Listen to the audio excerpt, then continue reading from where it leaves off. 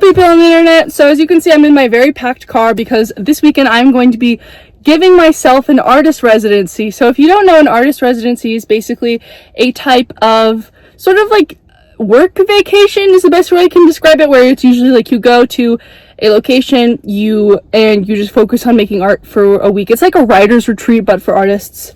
Oh my god, I'm so sweaty in my car.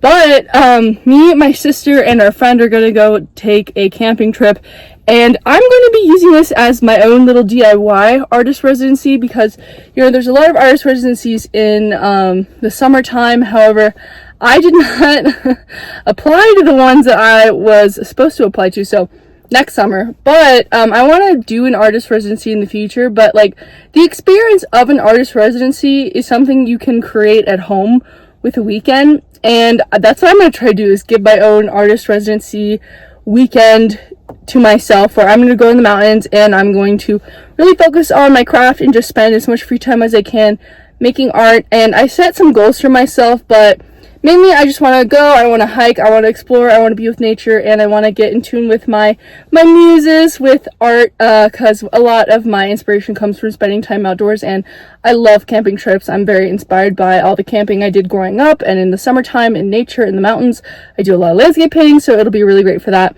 But I also just want to focus on having fun with my sister and our friend and having a good time. So let's get going. Like I said, already packed up. Now we just have to do the road up and then unpack, which is the most fun part of all. But anyway, I'll see you soon.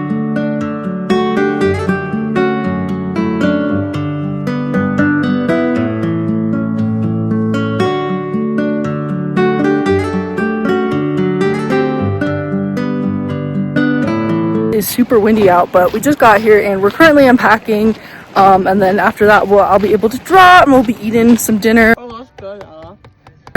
Probably quesadillas or hot dogs or something, and making s'mores. It'll be fun, nice, good time.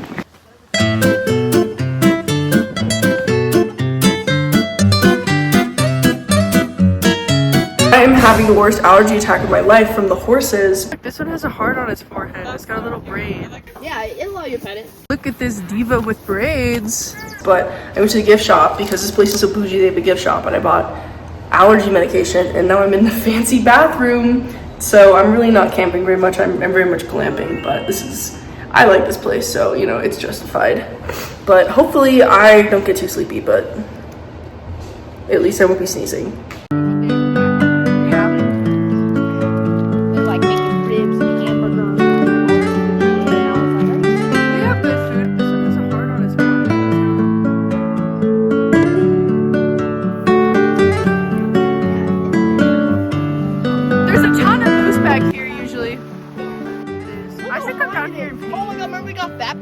Oh my god, we did accidentally get baptized. Okay, so we were in here and Elle and I were just swimming around, and then a huge, I assume they're Mexican because they were speaking, I think, Mexican Spanish. Huge Mexican family comes, and we don't really like know what to do at first, but they don't tell us to move. But they have a priest and they start a baptism, and I only know this because I'm listening in on what they're saying, and they're like, because they're only speaking Spanish. Yeah, 100 people were there. And then they didn't tell us to leave, so we like quietly exited while we were like swimming over there while they were getting baptized. Isn't that funny? You are so dumb. MR Ducks. AR not. Wait, what? Oscar? You're so dumb. MR Ducks. AR not. Oh yeah. OSAR. Oh, yeah. Seeing wings. LIB. MR Ducks. I broke my wrist right over there. Yeah, so we just jumped from log to log, and then it tipped over, and then thankfully it didn't fall into the fire. I fell away from the fire, but. Yes, that's where I broke my arm. Yeah, I could have died in a fiery death, but instead I just broke my wrist. I'm sorry, are you mad? Do you forgive me? Yo, that sheep is so funny. So after exploring, settling in, and unpacking everything, I got right to sketching. I did this quick little sketchbook by the fire just to warm up. I wanted to do something nice and easy just to ease myself into it. I used watercolor, pencil, and gouache, and I went over it later.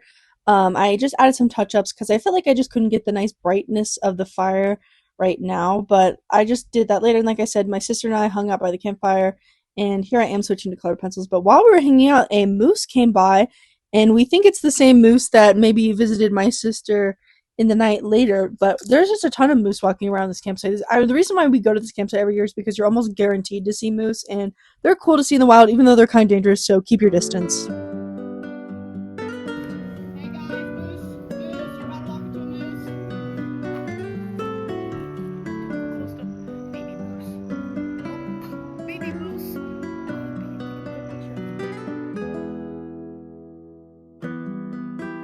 Bro is just the chillest chiller that ever chilled.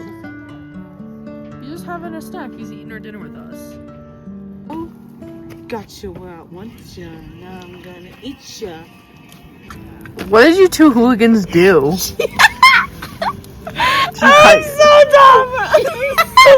She handed. Let's do it again. She handed me like the knife, and I grabbed the knife. Oh. It's okay. Lauren, tisk Guys, tisk. look at the fucking Ah! Bro, this is eternal damnation. I need to scoot back. S'more. There was also this like screaming sound last night that like sounded like this but it sounded like a woman screaming a little bit. I think it was a bird. Scary. I'm up nice and early at 6 a.m. No bears ate us in our sleep, but my sister did wake me up at like 4 a.m. because she would need to go to the bathroom, and there was a moose like right outside our tent, and she was like, Sarah, how do I leave? The moose is right there. And I'm like, it's a freaking moose. Just go past the moose. I'm going to bed. She's like, I'd be so bad. I'm so scared of the moose. And I'm like, it's a moose. Just go. She's like, no. But moose are scary. But I was tired. I was like, I don't care. I'm going to bed. But yeah, so made it through night one. I just did some sketching and some painting. There are just so many moose here. It's crazy. I think this is the one Ella saw when she was peeing last night. Ella's repping the merch. Fire. Perfect for camping. I had gone and bought these colorful rhinestones that I wanted to use for a project, so I brought along these little wood canvases, or like little wood rounds that I like to paint little baby scenes on, and I brought them camping because I have a bunch of them and I haven't used them in a while, and I enjoy painting on wood every once in a while. I think it's an interesting canvas and texture and background for things like landscape inspired paintings or nature inspired paintings, but I wanted to use my wood and I wanted to combine it with these little rhinestones, and like I wanted to make something that reminded me of camping when I was a kid, so I very much did some like gemstone, like still paint Frida Kahlo, Lisa Frank inspired painting of a butterfly eating some fruit because it's summertime and I was eating lots of fruit and I was seeing lots of bugs, and I'm just hanging out and drinking coffee and hanging out with my sister while I drink my coffee and paint and having a great time. That's the best thing about camping, is that when you're not on your phone, I get so much more painting done, but it's just so nice to be able to just sit out and do nothing but sort of soak in the moment, savor your coffee, enjoy the fire, enjoy the nature, and draw. It just makes you feel like a lot more simple. And I don't know, I always feel like my grandma. My grandma is like a coffee addict. She's crazy though. She drinks 8 cups a day, but she's always drinking it with such like contentment, and my mom is the same way, and I want to savor that when I'm camping as well. I kind of struggled to get the amount of detail and impact that I wanted, A, on the wood because it's much different from like painting on paper or canvas like I'm used to, and B, because the size, I'm just painting a lot of small things with a lot of really small details, and I kind of struggled to like keep all the elements balanced, but I think in the end I'm really happy with how it turned out. I really like the apple. The apple is like my favorite part. I think that all parts of the apple turned out great. The orange slice kind of wasn't my favorite, but it's okay. In the end, I'm fairly happy with how it came out. I reworked it a bit, but you know, I think it realized my vision. Right now I'm working on a painting that's sort of playing with similar themes. Like I thought about like somehow attaching like a friendship bracelet onto this. I've been so into borders and ribbons and gluing things onto my art and just being very crafty with it. I don't know, it feels very freeing and like kind of topical right now because it's summer, and I'm like, we should be making art about friendship bracelets and rhinestones and sequins and stuff. Like it's summertime. Like I want to paint fruit. I want to paint things that remind me of being a little girl because I'm back where I grew up. I go to college out of state, but I always come back home and I'm doing an activity that I grew up doing. So I'm just thinking a lot about being little again. And, you know, I have all my old diaries from when I was a kid. So I'm like reading my old diaries, and I'm hanging out with my sister and just feeling a little nostalgic, but in a good way. You know, sometimes nostalgia can be sad, but and other times it's just like, oh, remember when I was so little and cute? I can still have that same wonderment and fascination with the world, and I could still draw just the way I did when I was a kid. After wrapping that painting up, we decided to play cards and sit around the fire, so I got back with my sketchbook and started painting some dandelions. And I again went back over this with colored pencil later, but I just wanted to do some wildflower type sketches. I've been so inspired by spiky things, pointy things, so I've been really into like these desert wildflowers and weeds, and we just played cards while I sketched. And thankfully, they were slow enough about taking their turns that I was able to draw in between taking turns on playing cards. But we played poker, we played Texas Hold'em poker, we played golf for a little bit. But this was quite fun. I really do enjoy playing card games when I'm camping. Honestly, I'm not much of a gamer. Like, I'm not into video games, I'm not much into card games. But when I'm forced to play it in camping, like I can put up with it and have fun. But I don't know. Everyone else just seems to love playing games, and it just never seemed to click with me the same way it clicks with other people. I'm much more of like a drawing person than I am like a video game or a card game or a board game or just any kind of game person. Yeah, what if we stole both of them? They're so fluffy. This is the most fluff in action I've ever seen. Ice cream review. Reed Johnson and his sister. Good. Delicious. Bless. While my sister and Lauren headed out on the lake to paddleboard, I set up shop and started on my painting. I'll talk you through my process in a bit, but basically I just used the landscape as inspiration, and I did paint from life, but I ended up changing all the elements to suit my own composition and my own imagination. Right now I'm out on Grand Lake and I'm doing a little plein air painting underneath like a little gazebo thing in a park. And I'm right by the lake, almost by the beach, but I'm a bit farther back. So I'm not gonna be painting the lake, I'm gonna be painting these mountain scenes because I like the shape of this tree. Right now I'm trying to use the biggest brush possible and trying to really force myself to use it so that way I can paint better and faster and more accurately, instead of doing what I wanna do, which is switch to a really tiny brush. Because when you do that, you're like making yourself sort of work on details maybe before the painting is ready for it. So by doing this, you're sort of limiting yourself and like playing a little game by making you paint with more intention, you know? I'm omitting quite a lot from the original scene, but I'm sort of keeping just like the general shape of things and just sort of playing with, like, there's a ton of people and structures and stuff that I just don't feel like painting, and it's kind of like more landscaped than natural looking, and I just want to make it look a bit more untouched by nature. But I might add like a cabin or two, we'll see. I just want it to be a bit more peaceful. I like not completely painting what's in front of me from life because it's easier to have more fun when because it's just less pressure. And I feel like I use this exercise to honestly just experiment. I'm always experimenting. That's sort of the joy I get with my art, is experimentation. I find that I struggle with greens because I feel like I always want to make them super bright even though they're not. They're pretty dull most of the time, but every time I just want to turn that saturation up to a 10. And I also feel like I always want to push them warmer than they are. Like, a lot of them are usually pretty cool. I don't know, green is just the trickiest color to me. A lot of people think red is. I struggle with green. Green is terrible. But I paint with it a lot because I really like summer scenes, because that's just my favorite time of year and it makes me happy. But working with it, I'm really not a fan. I ended up painting for a little bit longer in the afternoon. I added some bars and this horse that I ended up demolishing later, so don't get too attached to him. But we ended up going back to camp later after we went on a little hike in Grand Lake. We just walked around and saw some shops, but thankfully I did not buy anything. Yay! My mom has like instilled in me this terrible habit of like wanting to buy gift t-shirts, because I'm not kidding. Everywhere we go, every single time we go on vacation, she will buy a t-shirt. I'm literally wearing one right now she bought in Hawaii because she buys so many. And I like make fun of her, and she's like, well, some people have alcohol, some people have gambling. I like to buy clothes. Is that so bad? And I was like, you know what? Fair enough, Mom. But anyway, I did not buy anything. But after we went back to camp, I started on a new painting, because of course I did. And right now you can see I'm working on this little hexagon canvas. I went to Goodwill a couple years ago, and I bought these two hexagon canvases that, as you can see in the beginning of the video, had like white, pink, and silver stripes on them. I imagine they were like part of someone's room decor. and they just wanted like a simple wall art that they DIY'd. So, but I like these Hexagon canvases because I really like the idea of like painting the gemstone on top of it. And I just like non-conventionally shaped canvases. So when I got back, I wanted to paint something gemstone inspired, and I decided to do a little swallowtail.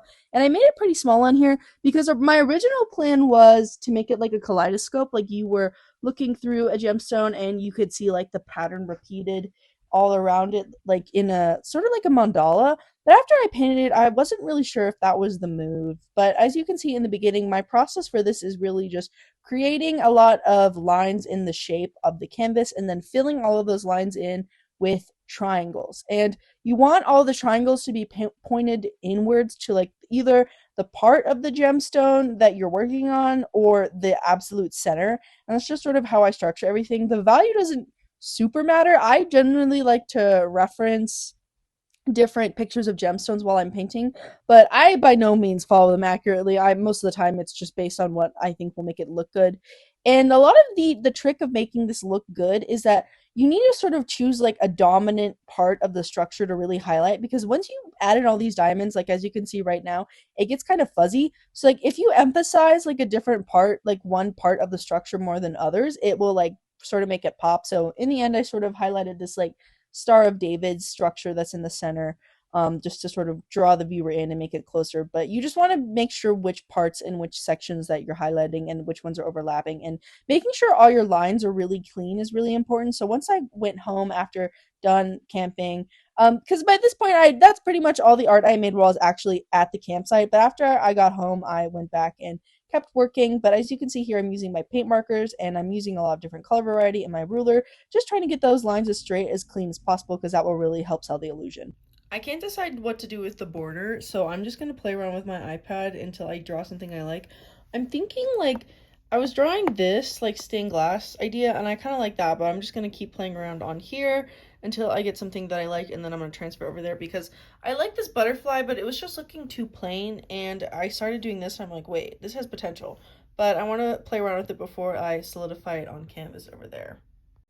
Once I had planned out my design and was happy with everything, I started transferring on here. And I started out by tracing the circles on here because I like to eyeball things. The reason why my designs aren't completely symmetrical, like as you can see, it's like semi-symmetrical, but it's not, because I don't even try to make things completely symmetrical, because if I did, it would just be obvious that it sucks. So play to your strengths when you're making art. I realize that I don't have to do things I'm bad at, because if it looks bad and it's not necessary, then don't do it. Like, things don't need to be symmetrical, they can be symmetrical enough. But like I originally started out with just plain designs, but then I'm like, no, like if I'm going to do this design, I want it to mean something. So my sort of vague overall idea with my art in general is that I am an atheist and I was raised non-religious, and I think that the way that people think of atheism is not very true to my lived experience. And I have like sort of this, my atheism is rooted in my profound love for nature and my friends and the world and sort of like the here and now, because I don't believe in life after death. I believe that this one life we have is all we got. So my thinking with the butterfly is that this stained glass represents like, just like God and religion, but my religion is nature. And to me, the life cycle of a butterfly is sort of, you're born, you live, you die, and but there's a beauty in the cyclical nature, and things do happen for a reason, but that reason is not creation to me, it's just chance. But anyway, so that's sort of what my thinking was. It's not like a hard and fast meaning, it's just sort of what I was thinking about when I was creating it. This painting is very much different. With this one, I was thinking a lot about sort of more aesthetic, because I just wanted to save this painting, and I was kind of thinking like, what if I just went back to my roots? It was sort of reminding me of paintings I used to make a couple years ago when I was first figuring out my style, and I feel like I've improved a lot, so I thought about revisiting some of my old aesthetics that I really liked, but sort of infusing them with the stuff I know now. Like I've been really into these sort of like swirly durly clouds, but I also used to do a lot of different styles in one painting, and I used to combine a lot of different styles. So that's sort of what I did here, is I just sort of free form changed up the style and the shape language for different areas of the painting, just how I see fit. Like as you can see in the clouds, I have like towards the mountain I have this like blocky texture, and then the clouds themselves are like swirly, and then in the grass you have this like pattern of crisscrosses. The good thing about like making paintings that aren't really what you want them to be is that it's a great place to just be a playground and explore, because when you already don't like it, it doesn't matter if you really mess it up, to be honest. It just feels like there's a lot of shapes and I kind of want to simplify, but I also want to add a bunch of texture. And then after I'm done with the paint pens, I'll probably go back with acrylics. I normally do that. So if you're unfamiliar with my process, I am an acrylic marker fiend. I collect them. These ones are actually low-key my favorite. I got them on Amazon in a pack of like 72, but they're double-sided. Unfortunately, like it's only one nib, but they like save so much space when I'm carrying them around because these are so chunky. But I really love drawing with them because I love painting, but a lot of the effects I want and a lot of the looks I go for are just so much easier to achieve if I draw them. And the ink that these have, this like really nice high flow, really solid acrylic paint, has this really pretty like graphic texture to it.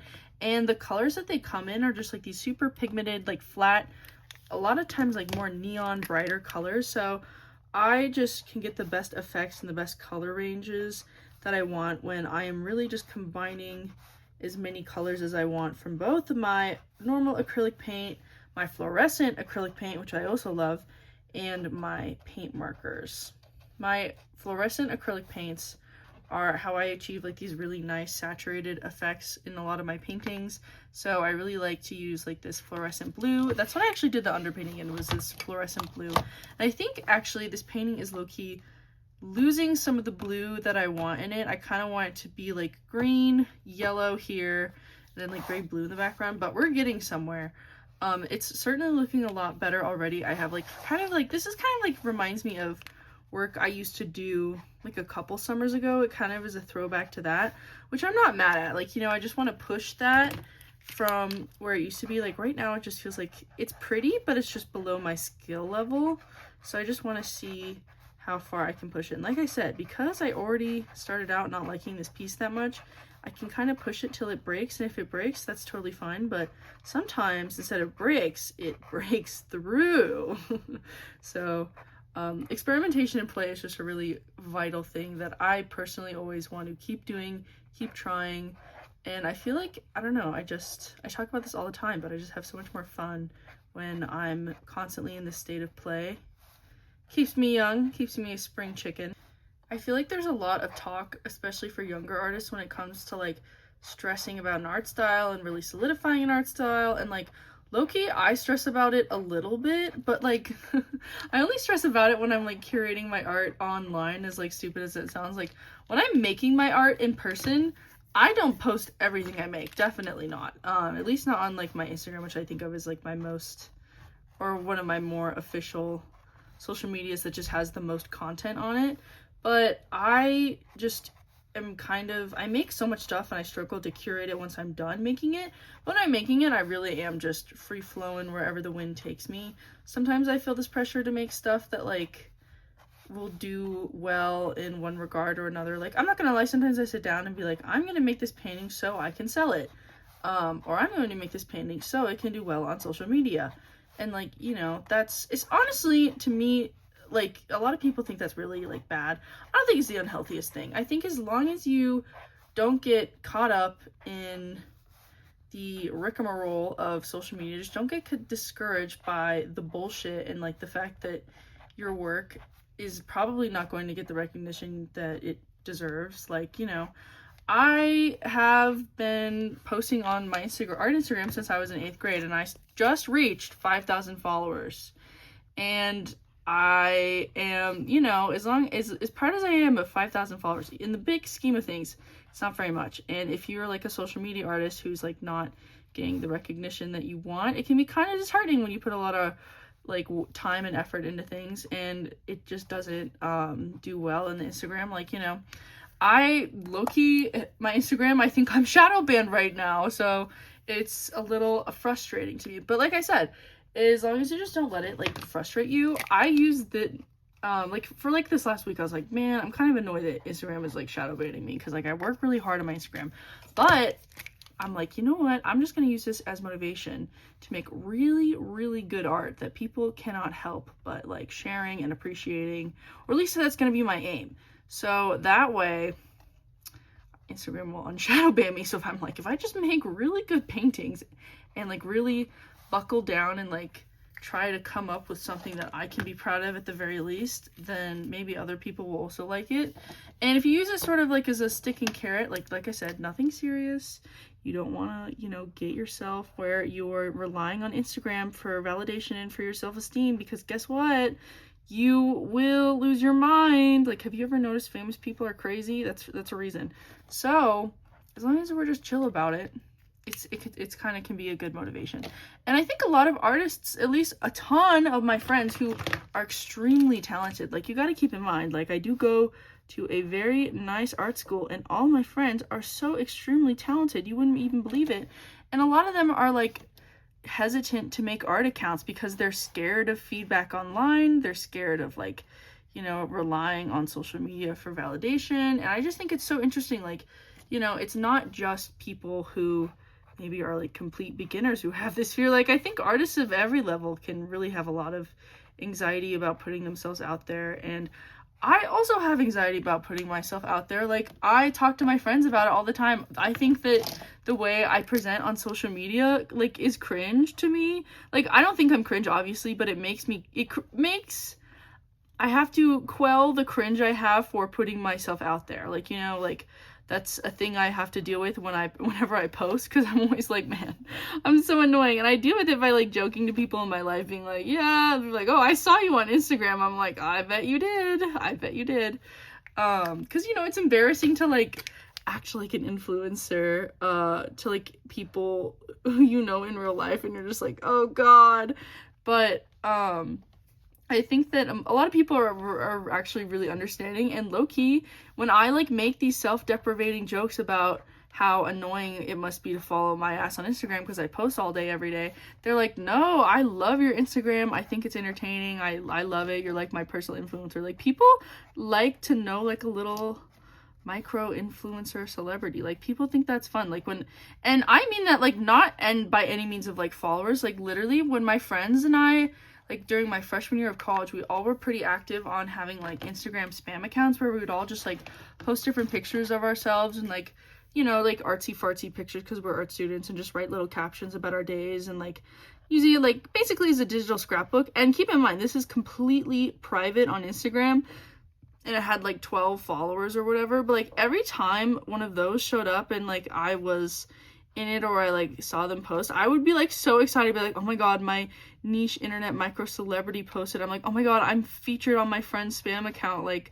I'm with a celebrity. Like, you know what I mean? Like, it's really not about numbers, it's just about like being known to people.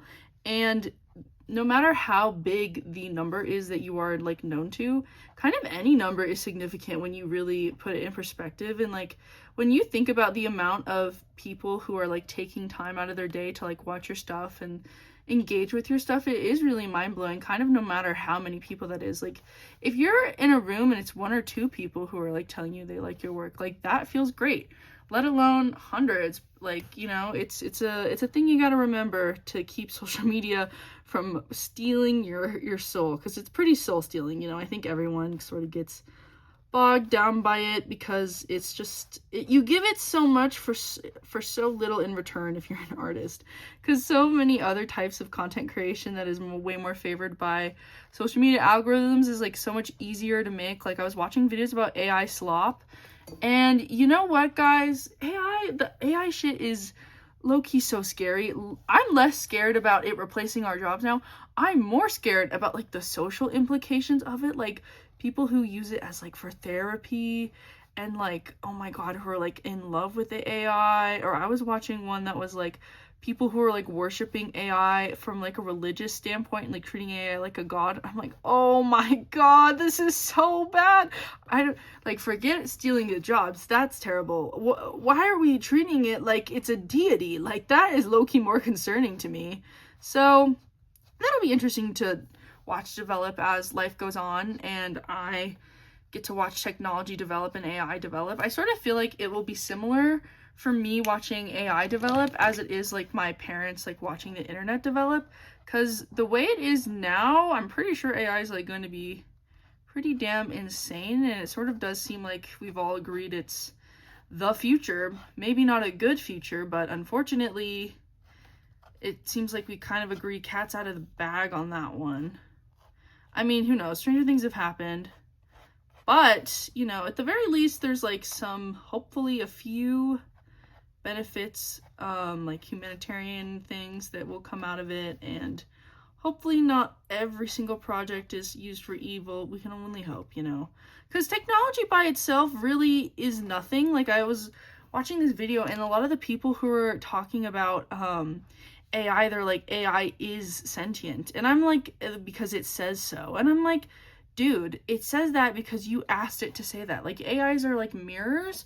So when evil people use technology, of course the technology is going to seem evil, but like, it doesn't have to be, you know. It's we can still use it for things that will like benefit us in the long run, like medical things and stuff like that. Obviously the environmental impact is no bueno, but you know, it's a very complicated issue, and it's hard. It's very hard, and it just seems like the conversation around it does change so often. It's just like, you know, you have an opinion about it one day, and then something will change about how it's being used, or something new will come out the next day. Okay, I'm like finally like feel like I'm wrangling this piece into place. Like, it's getting less and less ugly the more I do it. I kind of am inspired by like tapestries, and I'm really inspired by like is it The Last Unicorn? No, that's the movie. The Unicorn Tapestries. It's just the Unicorn Tapestries. In the Metropolitan Museum of New York. The Last Unicorn is a movie that I liked when I was a kid. Okay, I'm pretty happy with it as is, but I want to embroider on top of this one because I sort of incorporated some sort of textile inspired patterns, and I went kind of crazy with the shape. So I think this would be really cute if I embroidered like a daisy chain around it. But yeah, I will do that, and then I think I'm gonna finish the borders. I think I want to do like a checkered pattern. I think that'd be really cute. This one came out sort of more folksy. I did get rid of the horse. You can see like a tiny bit I left for texture, but I know I felt bad getting rid of him, but like at this scale I just could not get him to look right.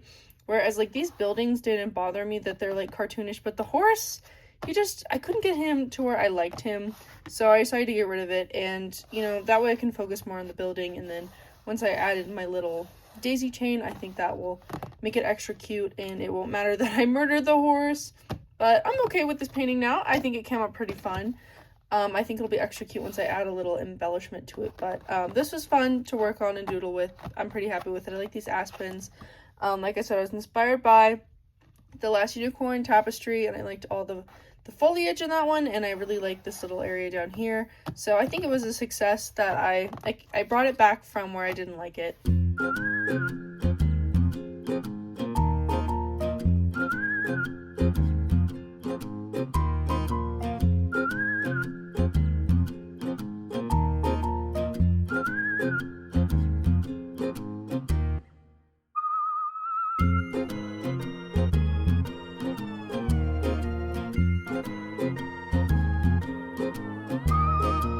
I'm currently embroidering on this piece because I have been really wanting to get back into just getting really experimental and kind of pushing the envelope with my art. And I really love embroidery as a medium, and I think that it is underutilized when it comes to painting. Like, I feel like there's so many cool possibilities for combining embroidery and painting that I just don't see enough people doing. And since my art is already inspired by textiles, I thought I'll just take it like the extra step and just include some textiles within my work. But I think the embroidery is like coming along really nicely. Like, as you can see, it's pretty well incorporated into the piece. I feel like it really doesn't stand out. It just adds sort of an extra layer of oomph. But I'm thinking about doing a little bit of beading. I have this ribbon, and I think I for sure want to add some in these clouds because they're very similar, or at the very least maybe add it as like a border. I'm not sure. And maybe even sew a few beads as like flowers here in the foreground, but I want to keep it minimal. I don't want it to get super crazy. But yeah, right now I'm just really being conscious. I'm using the embroidery almost to like paint and make different areas like emphasize that I think need emphasis. Like, I think some of this foreground grass needs some emphasis, and I was gonna stitch like a whole daisy chain border, but then I decided like maybe not to do a border, maybe just paint with the embroidery instead, and then maybe do a border on the outside. I don't know, we'll just sort of play with it and work intuitively like I always do and see where we go. Unfortunately, embroidery takes absolutely forever. So, you know, whenever I paint as an underbase and I just do these little embroidered details, it's so nice because, you know, I get to have like a full embroidered piece without doing the work it would take to embroider this full thing in string. Oh my god, that'd be terrible. But embroidery is fun. It really is just painting with string. And, you know, there's a bunch of different types of stitches you can do. I'm really just sort of doing whatever. I like the chain stitch and I love a daisy stitch. Those are sort of the two stitches I use. But I kind of just do it intuitively. And then I never understand how people keep their back looking nice. For me, I just try my best not to overlap the string, because when it gets overlapped like this, it can be difficult to work with, especially with canvas. Canvas, when it's painted on very thickly with acrylics, is kind of fragile and prone to cracking. So I just want to be very conscious of the surface when I'm working and not to overwork it and only stab up where I am for sure placing string. Like, I don't want to make a bunch of random holes in my canvas, because patching that would like kind of mess with the painting, I think. So I just want to be really intentional when I'm doing embroidery and just knowing that it's kind of a permanent action whenever I lay in a stitch. But I just want to keep switching up my colors fairly often to keep them looking interesting and painterly. And I feel like if I just did all embroidery in one color, it would like be way too obvious and you could like see it, whereas I want the embroidery to really nicely blend into the canvas. I'm nervous about stitches coming loose, but like with things like clothing, I like triple stitch stuff. I have this shirt I made a couple years ago. I actually have a few pieces of clothing that I hand embroidered, and I was nervous about like the stitching coming loose in the wash and whatever. And I've had those pieces for years, and I don't wear them like every single day, but considering how often I've worn them and how long I've had them, this painting should definitely hold up. I mean, no one's going to be touching it and playing with it. Like, it's really fun for me to like rub, but like I don't expect the general public to, you know, there's not gonna be hundreds of people. It's not like clothes, you know, that's essentially what I'm getting at. But anyway, I'm low-key gonna dig around for some different beads, because I want to play with the beads up here before I get too crazy doing anything else, because in case this like is crazy, I don't want to overdo everything at once. Does that make sense? Okay, I'm gonna work on that. Yeah, well, I'll be back. So I continued to search around in my junk drawer just for different little things. I found this cute little star button, and I didn't want to overwhelm the canvas, so I just scattered things around and decided where I would be placing things. Like I said, I didn't end up using that ribbon. I just thought it was too much. But I did end up sewing on a few buttons and a bead and a couple of sequins, just in areas where I didn't feel like it would distract, but it would add just a little smidge of extra interest and that little extra oomph. And then afterwards, I did go back and do the border. I ended up doing this like checker pad, pink and blue pad pattern that I'll show you at the end, and I did do these little daisy chain on the top. I did keep the daisy chain, but I kind of liked how every different little square was different except for like the daisies, and I thought it was really cute, and I think that I saved this piece and I'm okay with it, you know.